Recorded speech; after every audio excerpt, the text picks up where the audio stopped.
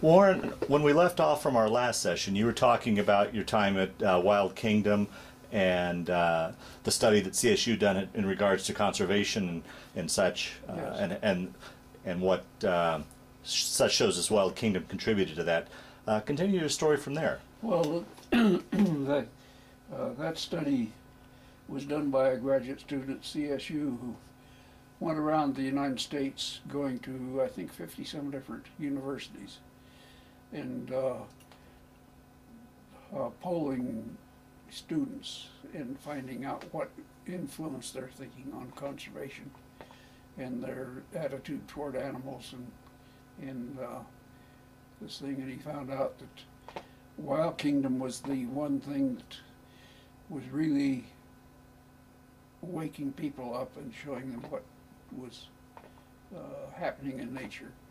Walt Disney came in a distant second, but then on the other end of the spectrum there were the shows in which movie stars and famous people would go out and hunt animals, and it was a show in which they actually showed the killing of the animals, and this was found to turn off people from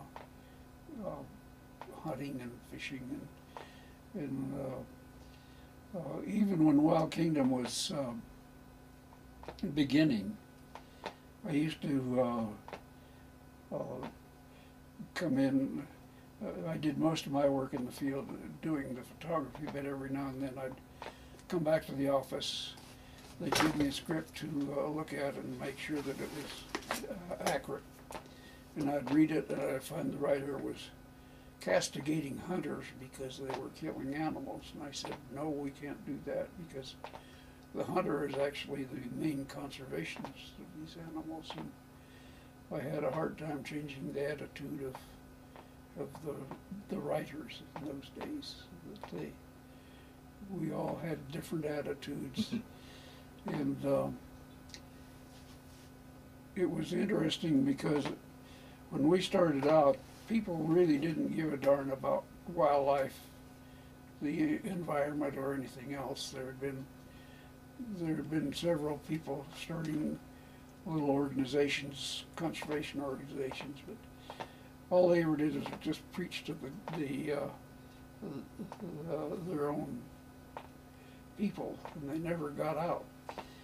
We came out on the air the same year that Rachel Carson's book, The Silent Spring, came out. And I think the synergy between these two, the intellectual people were reading the book and they were finding out what was actually happening.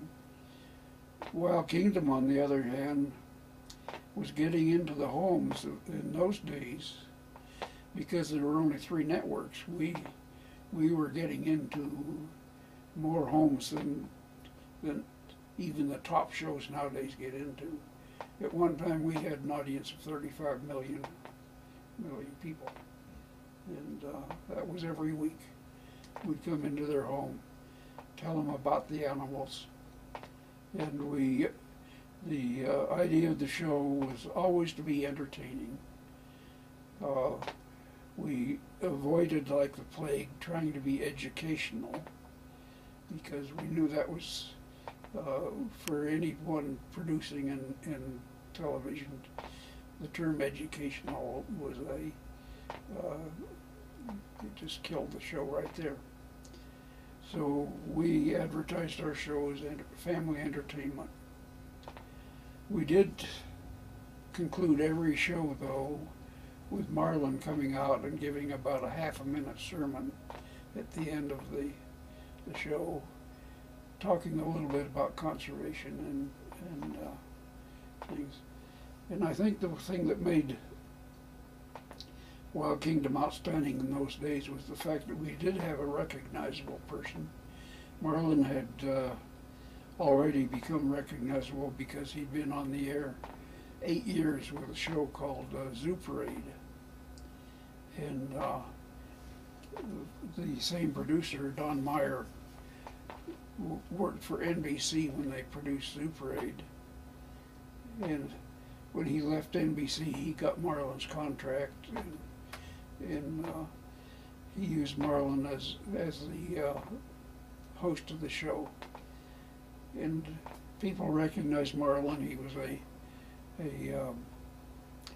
a person they could identify with, and they enjoyed seeing him there, and the fact that they could come back and recognize him week after week.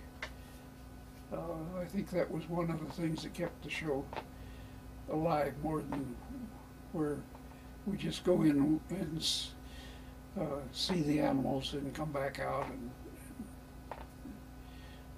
as far as filming went, at one time they were going to put the photographers in the show, and I think I got in on one show. I was on the screen on one shot. I'm not sure. Huh.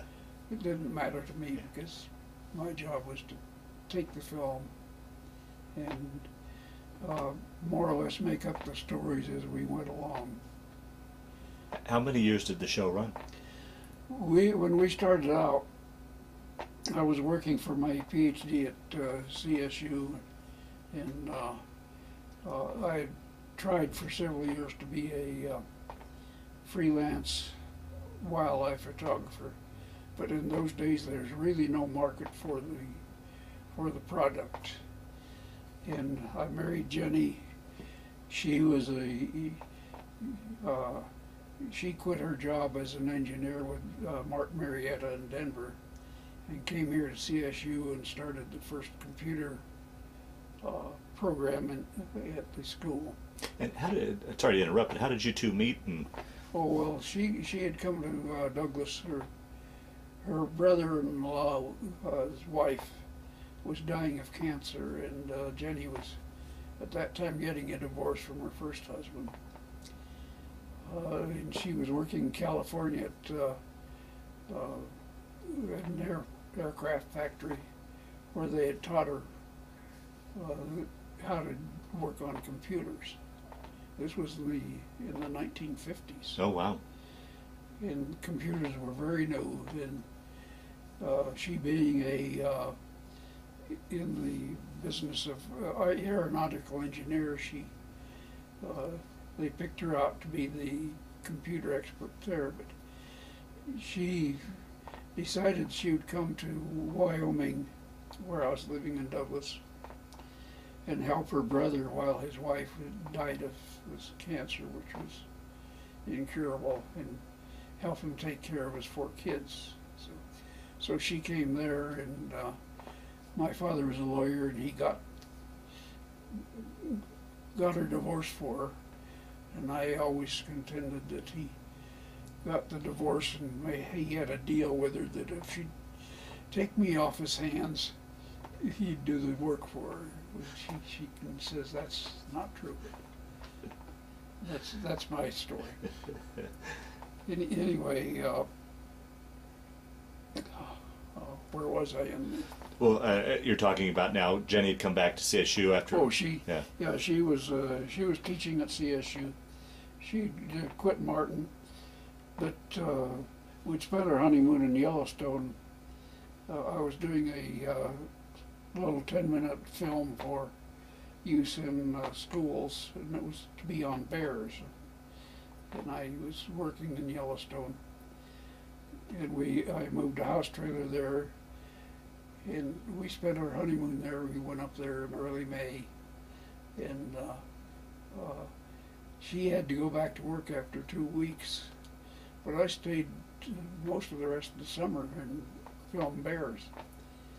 And that didn't sit very well with her because she wanted to be in the field with me. When I came back, I found that she no longer worked for Martin Marietta. She was hired at CSU in the mathematics department. And I found out that a spouse could take coursework for $5 for five units.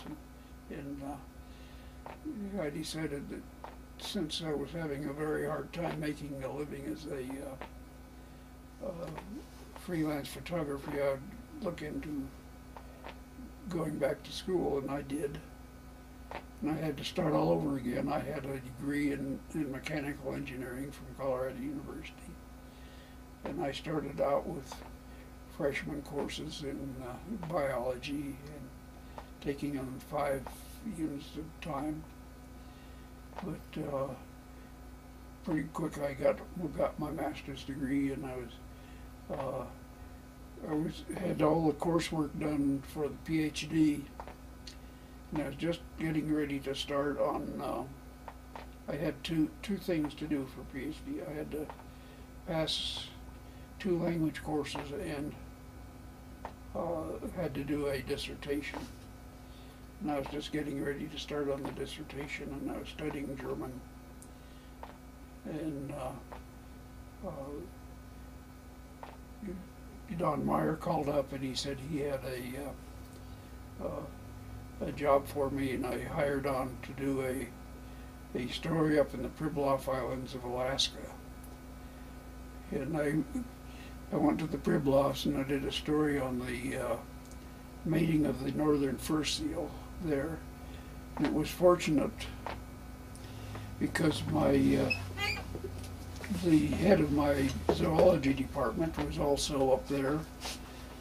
He was doing research on these fur seals, and I would write a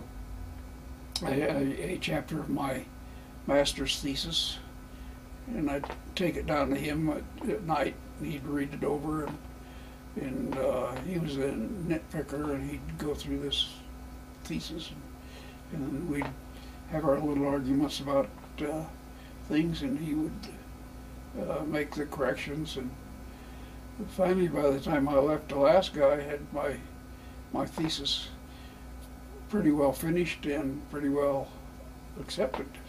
I did have to go through and have the committee test me on it, but that was a snap after this. Anyway, after that first show, I also ended up editing that show, because in that time there was no one who really knew how to edit animal things.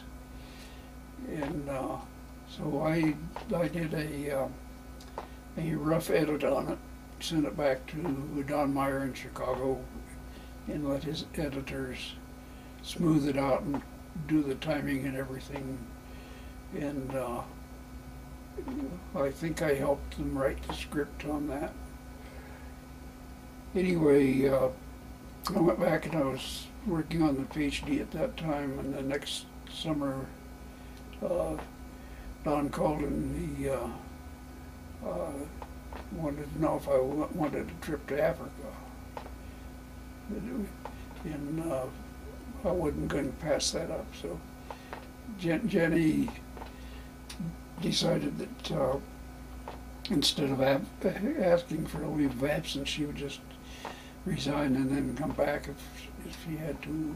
But we took off for Africa, and our contract was to go, and I think we left here in September, and our contract was to last until the 1st of January the next year. And we went to South Africa and Kenya and a few other countries in Africa, and filmed, and then we took a boat back from South Africa to Germany, and I was going to study German there, and we bought a Volkswagen camper, and we went to Seebees, and I had met Konrad Lorenz, who was a very famous biologist in studying behavior. And I'd met him a couple of times here in the States because we had a mutual friend. And I went to his laboratory in Seebees and said, "Can I work here at your laboratory for a while?" And he agreed, and he allowed me to work there. And I was learning quite a bit there, but I wasn't learning German. I found out that although I was studying very hard and we hired tutors and everything, the fact that I had Jenny along, that we spoke English to each other, and I decided that the only way I could do this, really learn the German, was to go over there by myself and get a German mistress. And learn that way, complete immersion. Yeah. But before the summer was over, though, we got another call from Don Meyer, and he says, we have, he said, Mutual has asked us to do something in Australia, and we'd like you to go there. And so we decided we'd go to Australia, and we did that. We stopped in India and sort of scouted around a little bit for show ideas there. Went on to Australia, and it took us months to get the permits to work in Australia. We wanted to work with the Aborigines for one thing, and the government demanded that we pay Hollywood wages to these Aborigines who were living out in the bush and had no concept of what money was. And the people who had to work with the Aborigines said, "There's no way we're going to let you do that."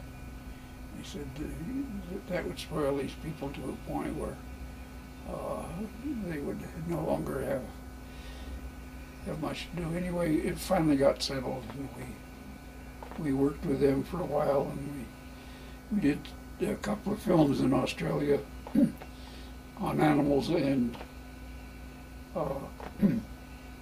on the Aborigines.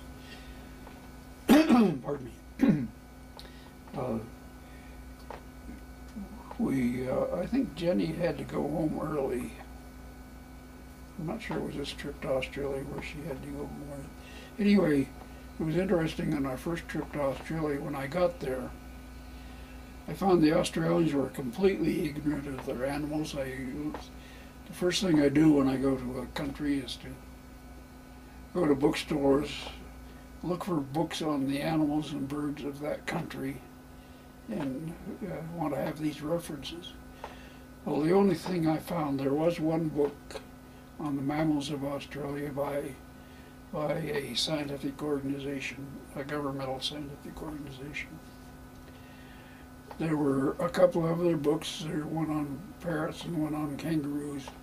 And these were written by a fellow who grew up 2 doors down the street from me in Douglas, Wyoming. Is that right? And he had gone to Australia. He was a fellow who made dioramas for museums, and he was over there for a couple of years. And during his time, he wrote these books. I went back there 6 years later, and I found out that the Australians, because our show, Wild Kingdom, was the #1 show on the air in Australia, the Australians really got into the nature. And 6 years later, when I went back, there were a lot of great photographers. They had some good books. Things had just completely changed around. It was marvelous to see, and that was when we really began to realize we had an influence on people. Right. That we had really turned their attitude around on wildlife, and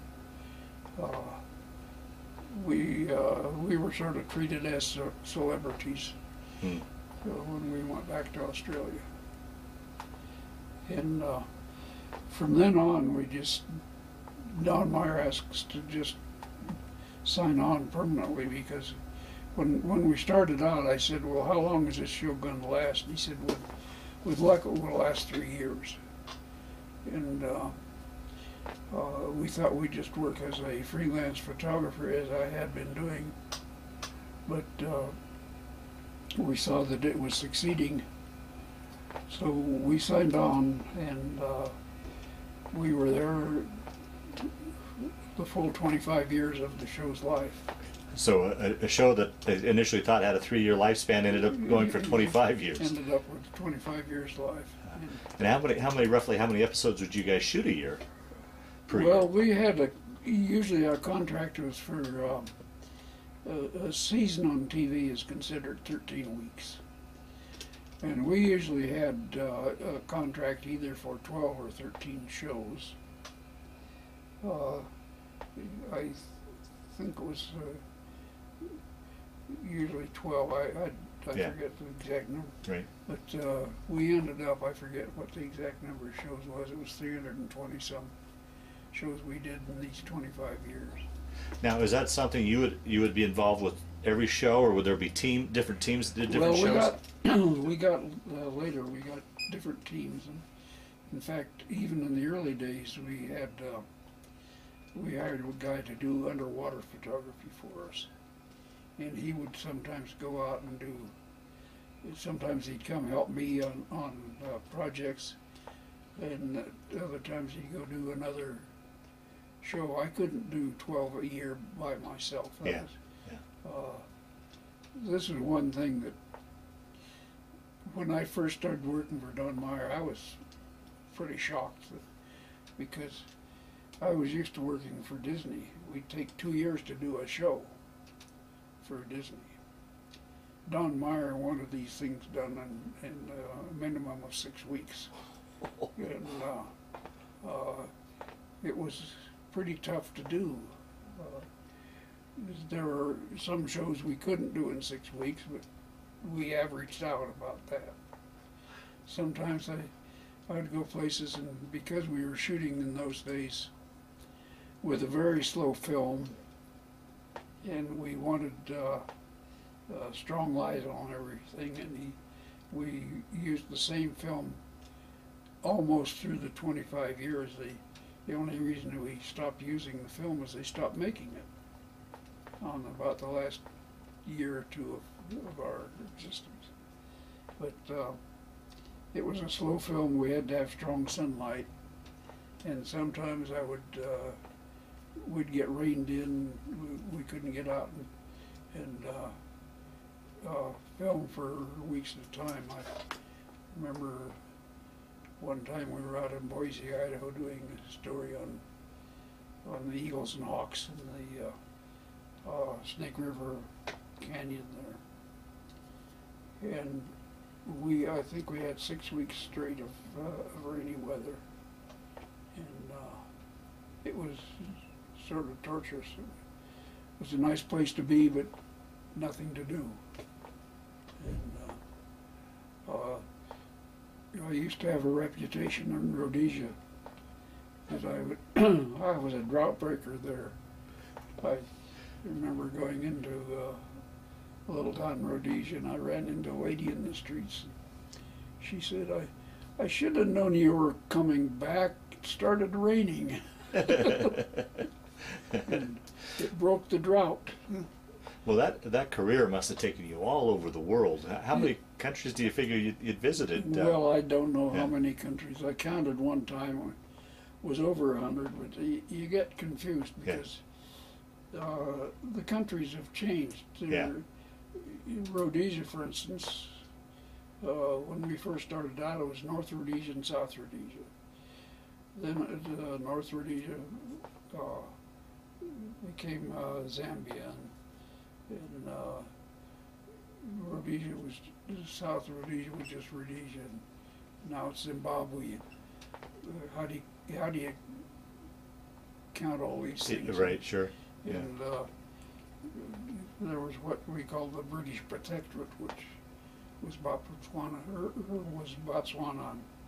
and then South Africa carved off this little enclave called Botswana, which we went to film in.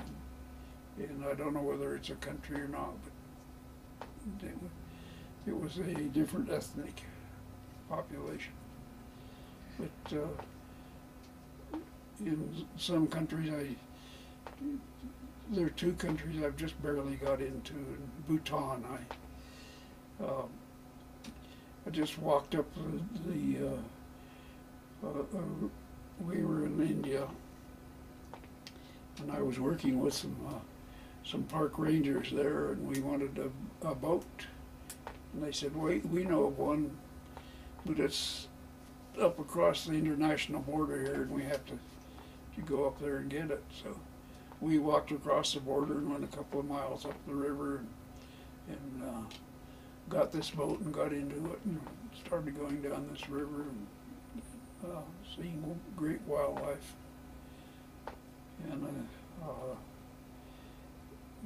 Norway, we were working with reindeer there. The only time I got into Finland was we were working along the Finnish border, and we were snowed in one time, Marlon. We were hunkered down in a little cabin while a blizzard was blowing, and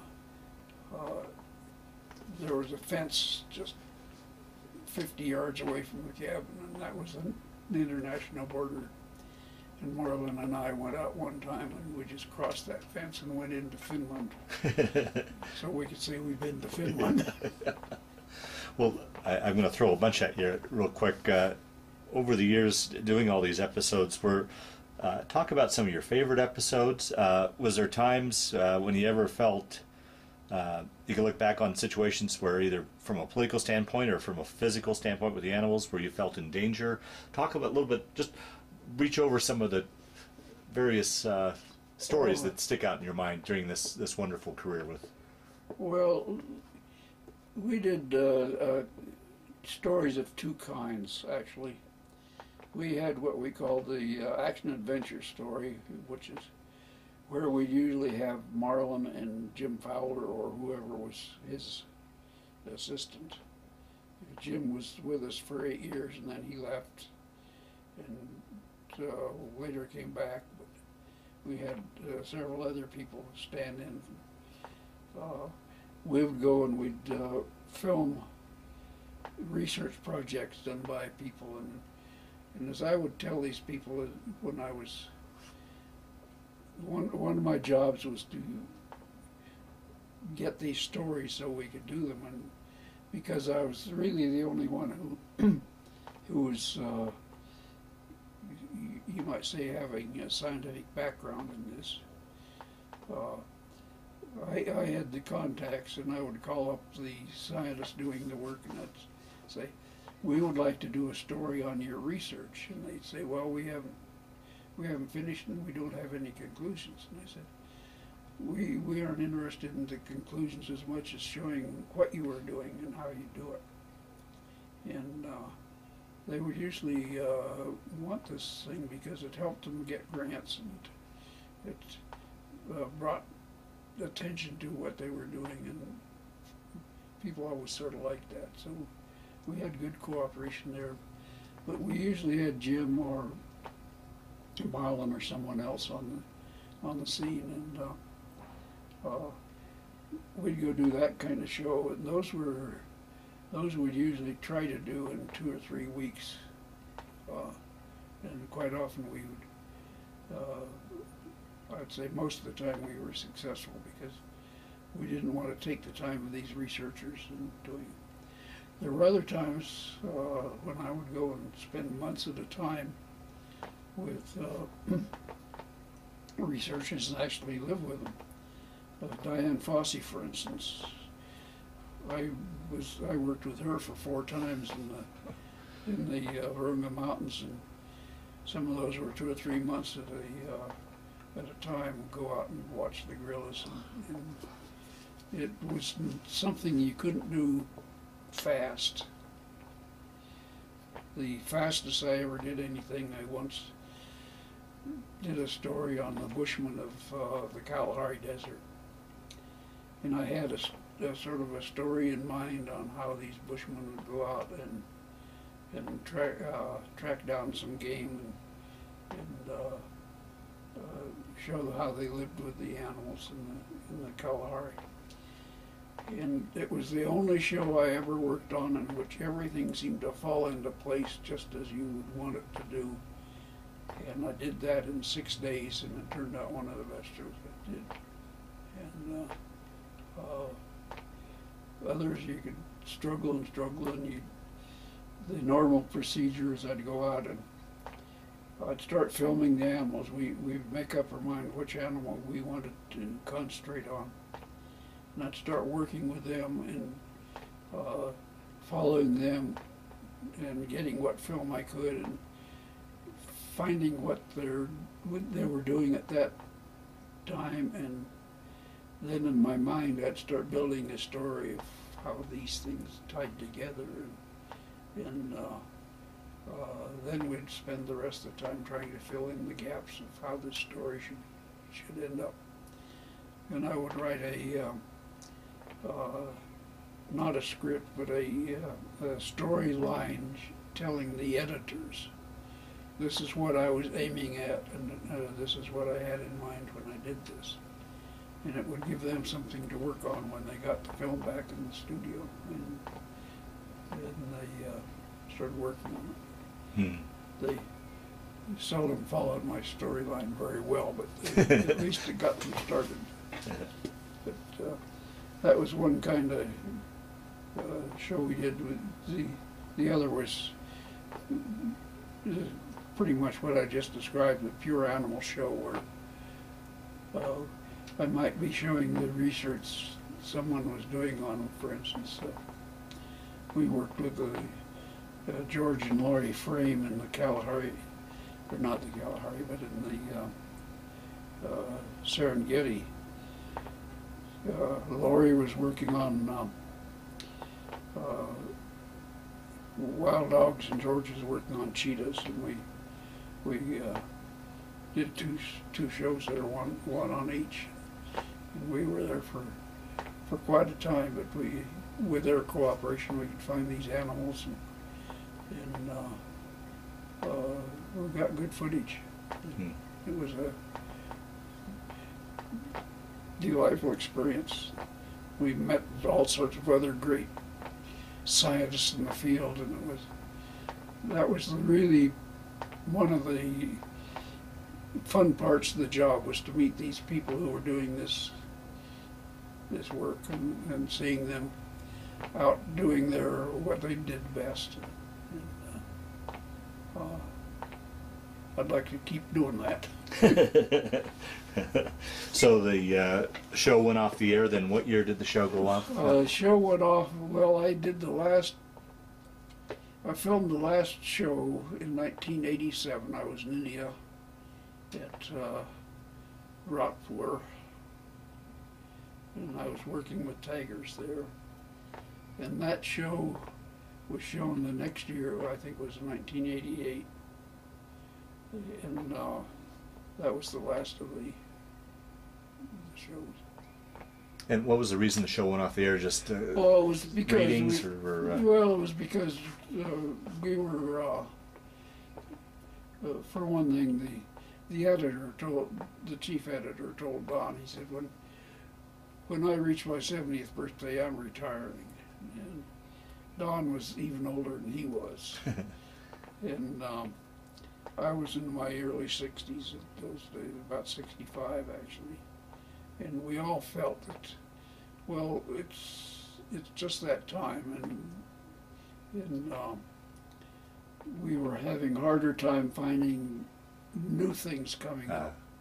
It was getting what we thought was a little repetitious, and we were having trouble getting new ideas to exploit. And so we did. It was just sort of a mutual feeling that we would expire. Yeah, and, we did that. Boy, few shows went that long. How many shows can say they went that long or that successful? That's well, amazing. not very many of the entertainment type of Right, shows. right. There are new shows and things like that have outlasted us. But in some of these shows, like the Tonight Show, started with Johnny Carson and now has Jay Leno, and Yeah, sure. These things keep going, but they change too. Yeah. So the show comes to an end. Take your story from there. What'd you do from there? Okay. Jenny and I were living in Chicago at that time, in Marina City, and we liked Chicago. Chicago was a great city, but both of us just thought we'd feel better in Fort Collins. We owned this place here, and we were ready to get out, and we thought we'd just come back. And so we sold out our place in Chicago and moved back here and have enjoyed it ever since. And,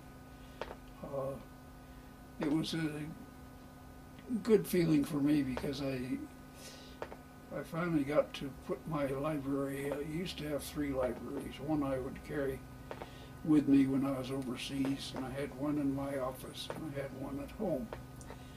And I finally got to put them all together, and it was great. And I got to do some piddling around. I had started out as trying to be a writer with my mother, and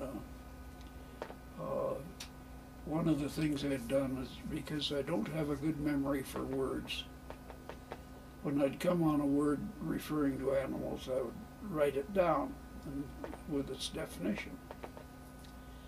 And I had, first these were in a notebook, and finally I decided that was unhandy, so I transferred them all to index cards. And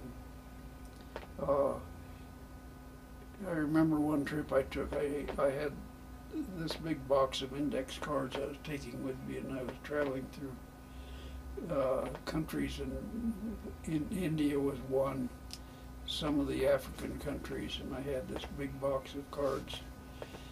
And if you've ever traveled on railroad or any other way in those countries, you know that people are there to snatch anything you've got.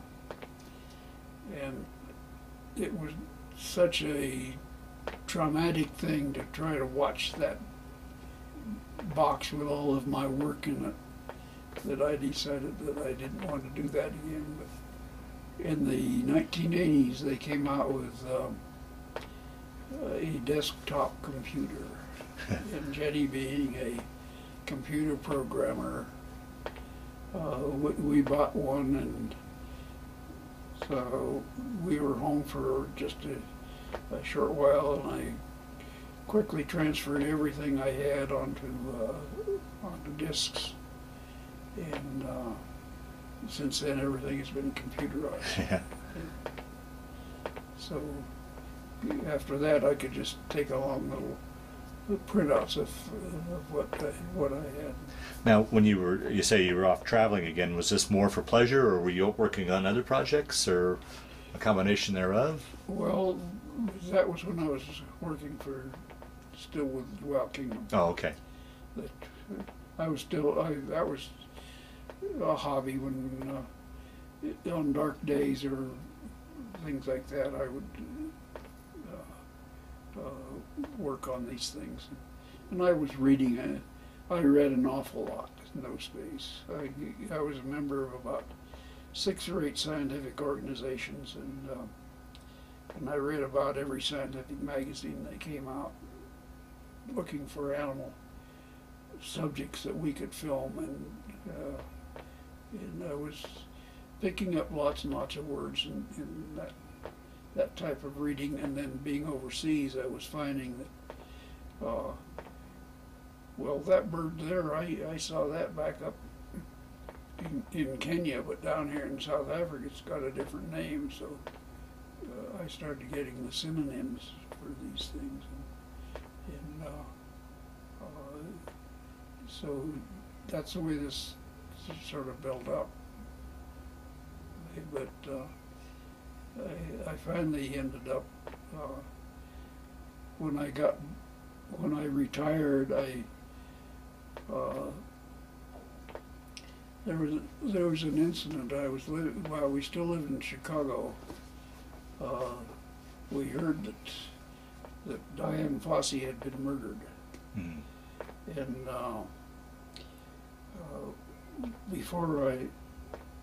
about 2 years before that, I'd been working with Dian, and on my way out, I had met her her editor, the lady who had edited the book, The Gorillas in the Mist,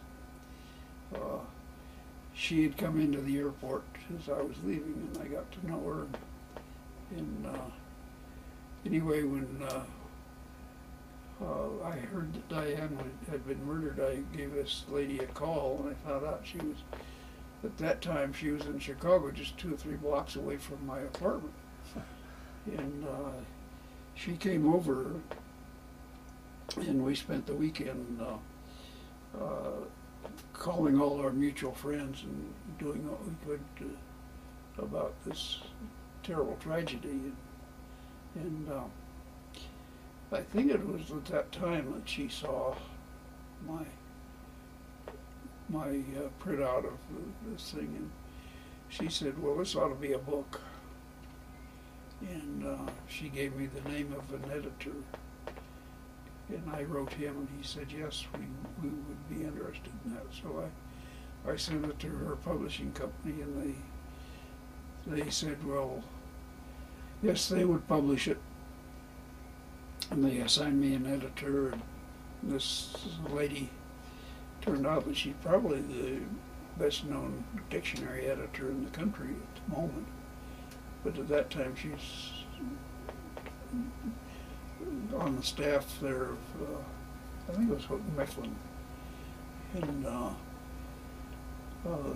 she said, I'm excited about this book, but we're doing a revise on the collegiate dictionary, and I won't be able to get to it for a year. And I said, well, that's great, because I'm going to retire in a year, and you keep the manuscript and we'll get back together.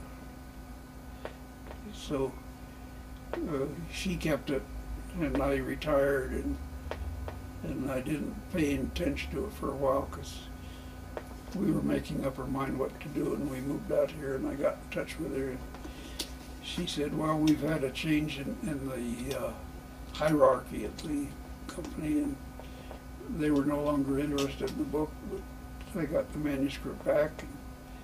But this lady who had been Diane's editor then became my agent. And she said, do you make a, you write a brochure telling what this thing's about. She said, I showed it to her, and it was a manuscript of 200 or 300 pages. She said, if you dump that on some editor's desk, he'll throw his hands in the air and forget it. So she said, you write a brochure and tell him what it's all about. So I did that, and it was like going back to school. I'd write this brochure, and it was, I couldn't do it in less than 30 pages, and I sent it to my agent, and she was, like I said, an editor. She'd go over it with her red pencil, and it would come back hemorrhaging red all over the pages, and I would make the corrections and do that. And we did this for about 6 months, and finally I did it to a point where I thought it was done. And I said, let's just send this out. She said, well, at first I had in mind we'd just send this out to one editor at a time and bicycle from one to the other. She said, I just come back from a book conference, and I talked to several publishers about this, and she said they're all excited about it. So she said, give me 10 copies of your brochure. So I gave her 10 copies. We mailed them out, and we got back 6 positive replies. And she dickered back and forth and played one person against the other, and she finally got us the advance of $50,000. And Macmillan was our choice of people. And so I sent the manuscript to Macmillan, and they started editing on it. And I had a nice lady editor, but she seemed more interested. She sent me pictures that she wanted she wanted a lot of good artwork in it, and she seemed interested in that, but she had other people doing the editing of the text. And that went on for a while, and then we had a couple of dates where it was supposed to come out, but things started happening in the publishing business, and I think Paramount came along and bought out Macmillan. Then Viacom came along and they bought out Paramount. And then someone came along and they bought out the section of Viacom that had my book. And this went on for a while, and I would keep getting calls from the editor, and she would say, well, I have so-and-so editing this. That person would last a few months and then disappear. And another person would come, they'd last a few months and disappear. Finally, the editor called and she says, everybody has gone with me. And she says, I'm going to finish your book, but I've got 37 other titles.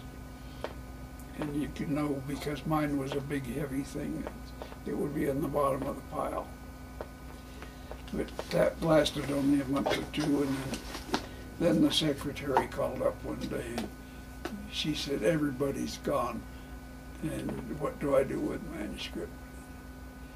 And I had her send it back, but it took us 2 years, my agent and me, to get a letter from Macmillan saying that if we sold this manuscript again, they would not sue the new buyer for the cost of what they had put into it. That this was free and clear on us, so I felt free to go ahead.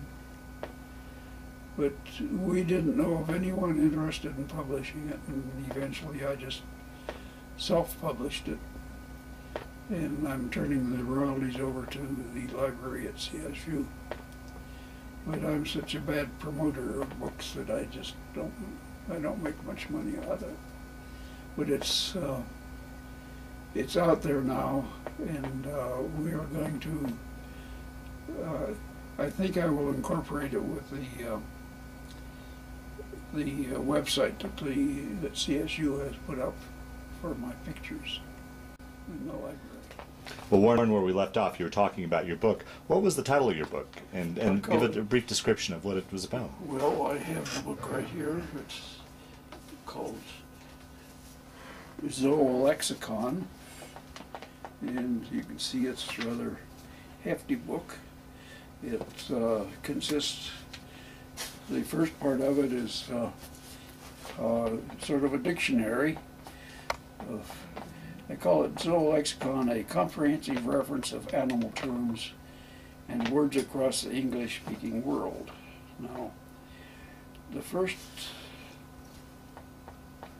I'd say 2/3 of it is, it's just a dictionary part. But then I have about 30 different appendixes here, which I think is the fun part of it, because I have things broken down. This is a glossary of horse terms, domestic animal appendixes. I have all of the domesticated animals, including swans. And here are names describing the tails of various animals. Field sport terms. I have different names for the footprints of animals, the bed, to flesh, and the refuge of animals. And these things I did because my feeling about it was a writer who wants to look these things up has to have a place to go, and this is a good place to go. This is one of my favorite appendixes. I call it Excreta and Secreta. Excreta and Secreta. I have I started out with fecal excrement, regurgitants, other oral discharges, nasal discharges, sexual discharges, protective discharges, attractive and repulsive discharges, and miscellaneous secretions. And then I have a dictionary relating to bodily emissions, and it runs several pages. Here is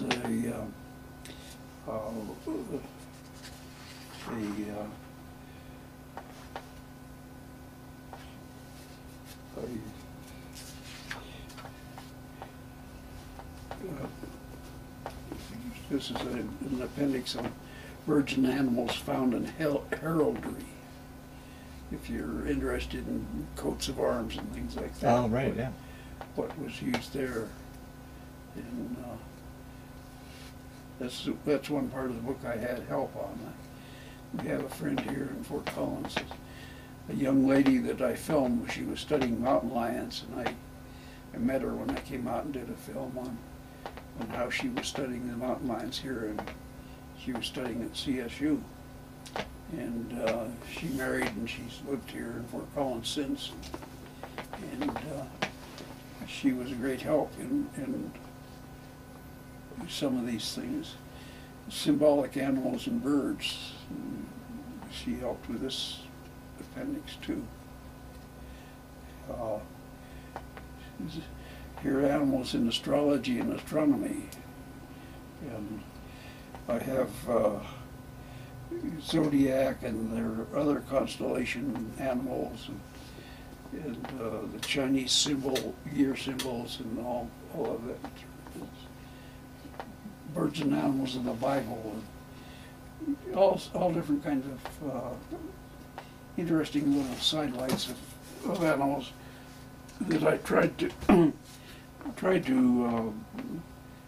get into a place where a writer or someone who is trying to find the right word for use would want. Well, kind of looks like it goes along your philosophy you had at Wild Kingdom, where you didn't want to be over educating; you wanted to make it interesting and fun. And well, that's true. And this I avoided scientific terms here. Scientific terms are all right for scientists, but for the layman, we want to stick to terms that are recognizable and so forth. So I try to get this down into what the English reader would like. Although if I find unusual words, they always get in there. Because there are a lot of people who just love to find unusual words. And I can't think of any now, but I keep coming on to some of them that, well, there's a bird in Africa called the gymnogene, which is that's a strange word, but it's a hawk, a very strange hawk actually. It seems to be double jointed, and I've had experience with these things. I remember the first one I saw. It was struggling on a tree. It looked like it had its leg snagged up in a tree somehow or other, and it was flapping around trying to get away. So I drove over to try to help it, and before I got there, it just flew off, and I didn't know that these birds, that was the way they make their living. They find a hole in the tree, and they stick their leg in the hole, and they flap around like they're in distress. And I later filmed one doing this, and pulled a snake out of the hole. So find out that's the way they make their living. Huh. But just all sorts of strange things. Yeah. So we'll start to wind down this interview as we're getting more towards your story up to this point. So after you retired, you moved from Chicago back here to Colorado, or to Fort Collins, and what have you done in your retirement years as far as? Well, we used to do at least one trip a year. We when I was working with Wild King, we were invited to go to Russia. We went to Russia as a more or less sponsored by our government as a get cultural exchange. We were invited to go to China about the same way. We sent, well, I wouldn't say we sent, Don Meyer and his main assistant from the office went over there and tried to find out what there was to film in China. And their conclusion was that the red tape was too great, and the knowledge of what they had was too sparse. That there was no one in Beijing who really knew what animals they had or where they were. And they said, well, all of this has to be done through the provinces. So we'd have to go through this whole layer after layer of red tape to get permission to film over there. And the kind of operation that we have for television, there's not that much money and there wasn't that much time. So they sort of gave that up. So we couldn't really go to China. So Jenny and I went to China on our own after that. We've made trips to the Antarctic, and we've made trips up to the Arctic. I never took Jenny to any of the trips on the Arctic because they were just, it was a pretty harsh environment, and usually we were in very close quarters because it was men only, and I just didn't think it would be a good idea to take her. So we've taken several trips up to the Arctic, usually on cruises now. And we've gone elsewhere. She still wants to do foreign travel, although I feel that we are just a little beyond that. Travel is very difficult for us anymore. Yeah. Is there any place that you've never been, any place on the list that you'd never got to? I mean, it pretty much sounds like you've covered all four corners, but is there any place that, or you'd like to go back to, I guess? Well, I'd like to go back to a lot of the places. Yeah. I love a lot of places in Africa. There are a lot of places I'd like to see. Jenny's anxious to get over to Turkey. We've been to Istanbul, but just sort of the airport type thing, and not getting to see anything there. And she wants to do a cruise in the Black Sea, and but I keep telling her I'm not up to that. I just spending all that time on an airplane anymore doesn't appeal to me, and I just don't know whether we can. And I think she would find it very difficult, but she doesn't feel that way. Yeah. So we might take another foreign trip sometime, but we don't know. We get now so that we make short trips. We were just down to Phoenix, and we usually go to Idaho every year for a family reunion. And that's about the extent of what we do. Yeah. And then locally, you're still involved with the college, and I think Rotary, and... Well, I'm still in Rotary. I'm still in the Men's Science Club at the university. Jenny is in PEO and the CSU Women's Club, and she plays a lot of bridge and mahjong, and we are pretty busy socially, Yeah, I gotta yeah. say. Yeah. And you were honored with an honorary doctorate from the college, correct? Well, yeah, this university treated me well. In 1971, I was their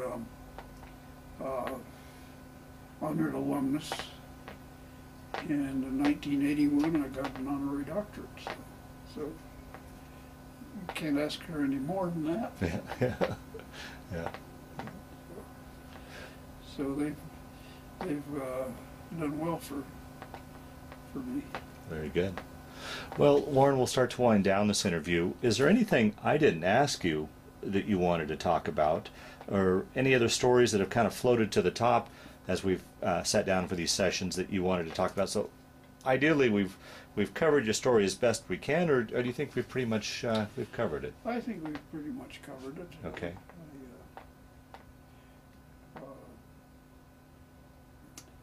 There are always stories that come up as you get into something that, well, sparks a memory. Yeah, yeah. We have stories like the time the elephant ran away with me, and you asked if I ever got hurt by animals. I never did. Trying to think of any injuries I had. The worst injury I had, I think, was we were filming giraffe capture. And in order to film this, I would chain my tripod in the back of a pickup type truck. We'd have to drill a hole in the bottom of the pickup and put down there an eye that I could hook a chain onto it, and then I'd tape up the legs of the tripod so they wouldn't slip. And I'd set up the tripod there, and we'd film in the back, from the back of the pickup. But I had to have it so it was a quick release, and if I had to, I could just snap it and jump out of the pickup and carry off the tripod. Well, the way we captured these giraffes is they would dart the thing, but it would run then for maybe 10 or 15 minutes, and they wanted to get it in a short period. So they'd dart the animal, and it would start running, and we'd race it with a pickup, and we'd try to get ahead of it.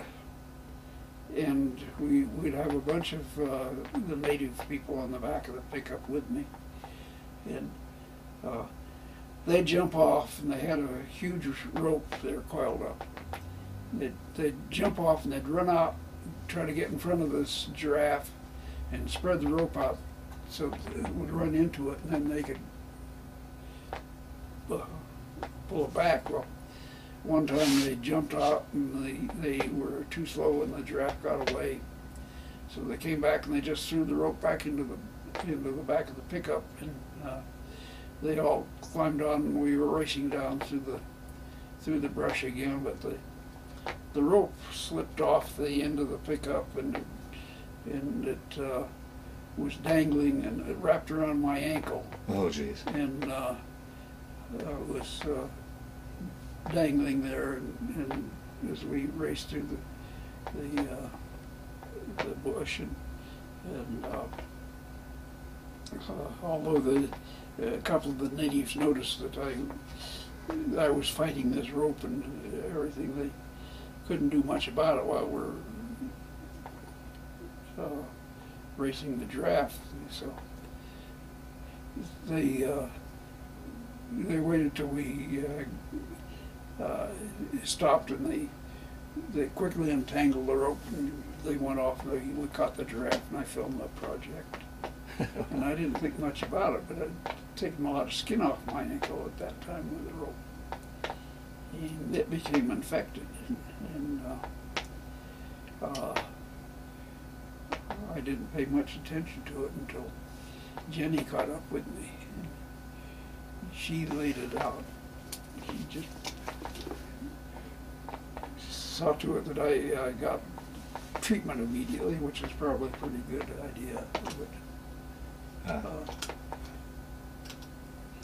you forget about those things when you're doing that kind of work. Yeah, yeah. But that was part of the fun of it. It was dangerous work. We chased giraffe and rhinos were another thing we chased through the brush, and I would be in the back of the pickup with a tripod chained down, and usually I'd take the camera off because I didn't want it knocked off. We'd be going under low branches and things like that, so I'd be holding the camera, and we had to have things so that I could just stand up, snap the camera onto the tripod, and start filming immediately. You couldn't waste time because these things were happening very quickly. Yeah. And that was part of the thing. That was, I think, it helped that I had a little bit of engineering background because I designed a lot of equipment that you couldn't just go in and buy. We had to make this equipment so it would suit our needs, and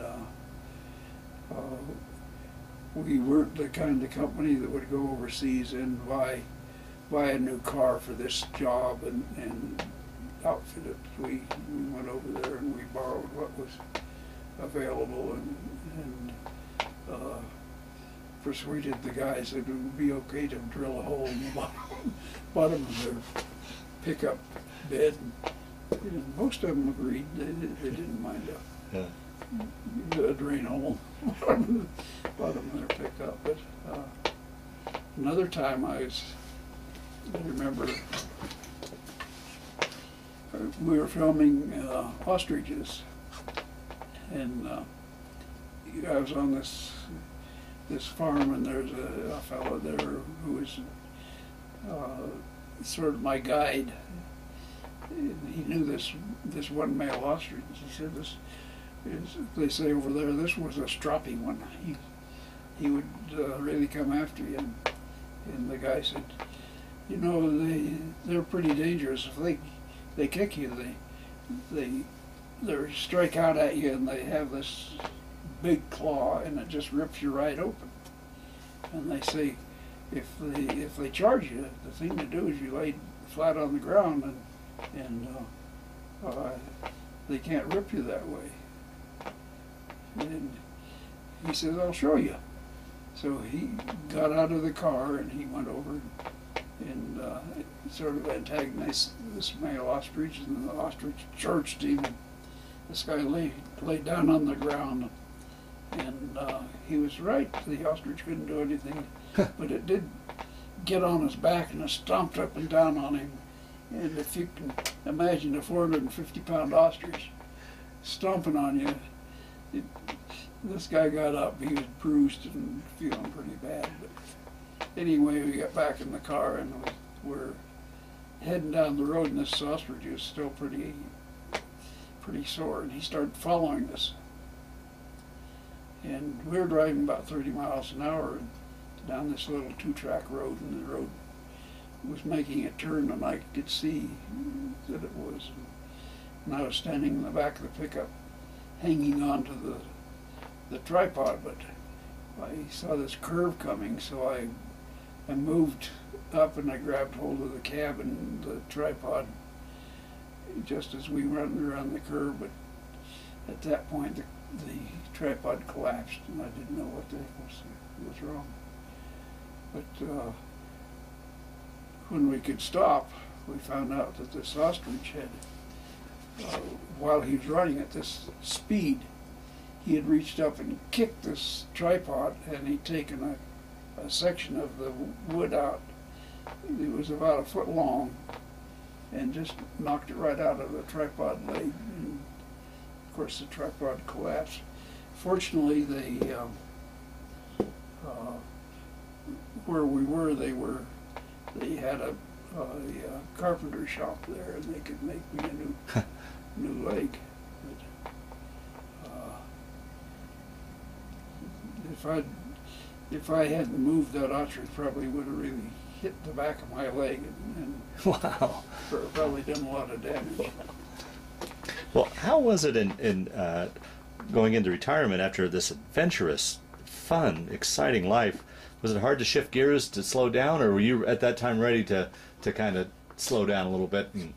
I guess we were ready. We didn't feel any much change of pace. The thing is, we always came back to Chicago, and